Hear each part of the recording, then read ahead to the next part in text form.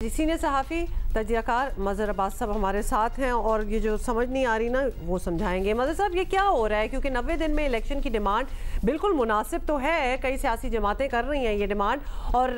इस वक्त सबसे ज़्यादा ज़ोर शोर से वैसे जो बोल रहे हैं वो हैं बिलावल भुट्टो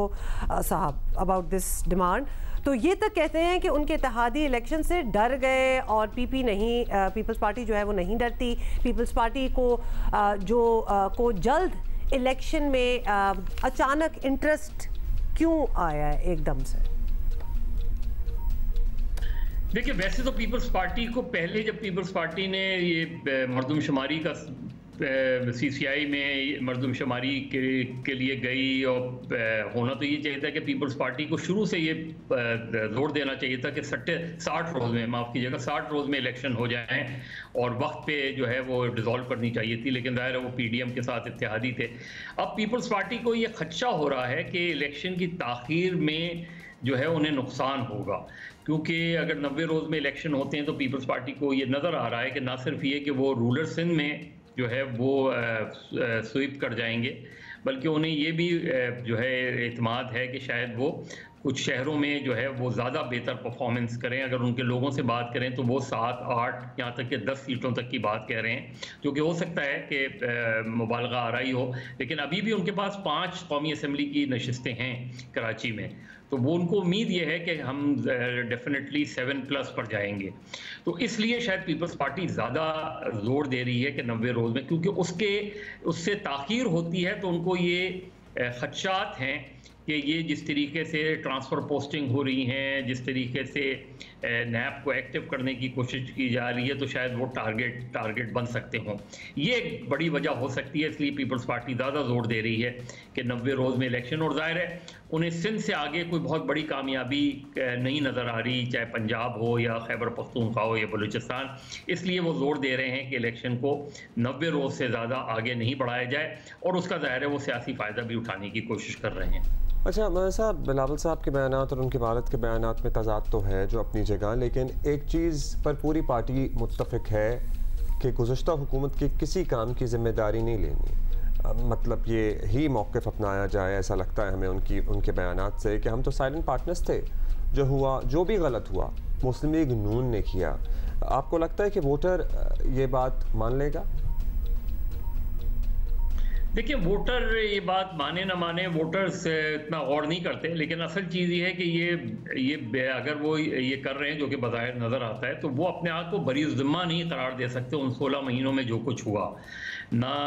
जो सूरत हाल, माशी सूरत हाल हुई है उससे वो अपने आप को बरी ज़िम्मा करार दे सकते हैं, क्योंकि पीपल्स पार्टी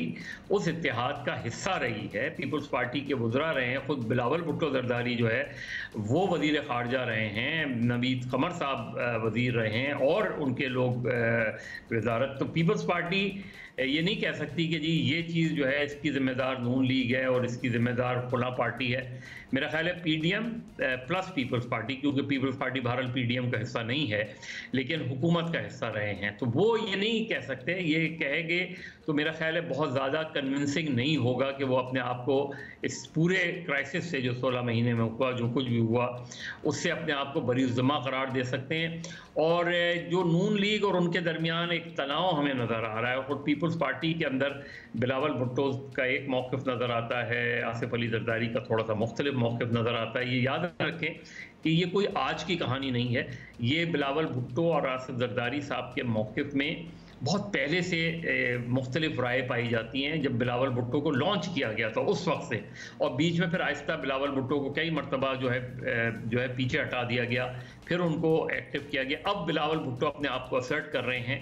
लेकिन वो ये कह कर नहीं बरी ज़िम्मा हो सकते कि जी हम जिम्मेदार नहीं हैं, इत्तेहादी जिम्मेदार हैं। वो सब के सब जिम्मेदार हैं जो पिछली हुकूमत का हिस्सा थे। जो अच्छी चीज़ें हुई हैं उसका वो क्रेडिट ले सकते हैं, जो नाकामियाँ हुई हैं और माशी तौर पे बहुत ज़्यादा नाकामियाँ हुई हैं उसका ब्लेम भी उनको लेना पड़ेगा। ऑलराइट, अच्छा अब ये भी बता दें कि पीपल्स पार्टी जो है, डिस्पाइट एवरीथिंग जो भी हम बातें कर रहे हैं, पीपल्स पार्टी इलेक्शन के मखसूस इंतखाबी माहौल में पूरी तरह एक्टिव हो चुकी है और उनका ऑब्वियसली मरकज़ी हदफ मुस्लिम लीग नून है, जिसकी मरकज़ी क़यादत जो है वो अब जो जवाब देने के लिए यहाँ मौजूद भी नहीं है। ये बड़ी अजीब सी बात लग रही है। तो मदर साहब, क्या नवाज़ शरीफ की वापसी के बाद मुस्लिम लीग नून में कोई जान पड़ेगी? क्योंकि इस वक्त तो शहबाज शरीफ की वापसी भी मेरा ख्याल है साथ ही मिला लेते हैं, मतलब सारों की, बिकॉज अभी वहाँ कोई हलचल नजर नहीं आ रही। देखिए, ये तो देखना है कि नवाज शरीफ साहब मेरे नुक्ता नज़र से तो उन्होंने बहुत ताख़ीर कर दी है, ऑलरेडी बहुत ताख़ीर कर दी है। चाहे इलेक्शन बज़ाहिर तो नवंबर में नज़र नहीं आते, बज़ाहिर तो यही नज़र आता है कि जनवरी के एंड में या मिड फरवरी तक इलेक्शंस होंगे, लेकिन उस लिहाज से भी कई वजूहात की बिना पे नवाज शरीफ की वापसी में जो ताख़ीर हुई है और उन्होंने अपने वापस आने में जो ताख़ीर की है, उसका पूरी मुस्लिम लीग नून को सियासी तौर पे नुकसान हुआ है, वो बहुत ज़्यादा नुकसान हुआ है। वो ख़ुद अपने भाई की हुकूमत में वापस नहीं आ सके। अभी भी हमें नहीं पता कि अक्टूबर में, मिड अक्टूबर में वो वापस आएंगे नहीं आएंगे, सिर्फ ये कहा जा रहा है। लेकिन अगर फ़र्ज़ करें मिड अक्टूबर में वो वापस आते हैं, केसेस होते हैं उन पे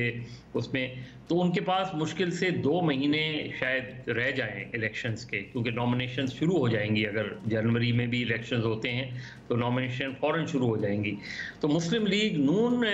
का जो अगला इलेक्शन वो देख रही है, मुस्लिम लीग नून वो देख रही है कि पीटीआई के साथ क्या होता है। इस वक्त पीटीआई जिस मुश्किल में, इसलिए कि असल मार्का ही अगले इलेक्शन का पंजाब होगा। पंजाब में इस वक्त कई ग्रुप्स बन रहे हैं, इस्तेकाम पाकिस्तान पार्टी भी बन रही है, पीपल्स पार्टी भी मौजूद है, तहरीक लब्बैक भी मौजूद है। लेकिन असल चीज़ ये है कि मुस्लिम लीग नून की नज़रें हैं कि क्या पीटीआई के चेयरमैन इलेक्शन से बाहर रखे जाएंगे, क्या पीटीआई को कट टू साइज किया जाएगा, या पीटीआई को उस तरीके से एक्टिविटी में हिस्सा नहीं लेने दिए। इसलिए कि अगर फुल फ्लैश पीटीआई आती है इलेक्शन में तो नून लीग के लिए बहुत मुश्किल इलेक्शन हो जाएगा, पंजाब में भी और खैबर पख्तूनख्वा में भी, जिसके इम्कानात ज़ाहिर कम नज़र आ रहे हैं। बहुत शुक्रिया आपका मज़हर अब्बास साहब।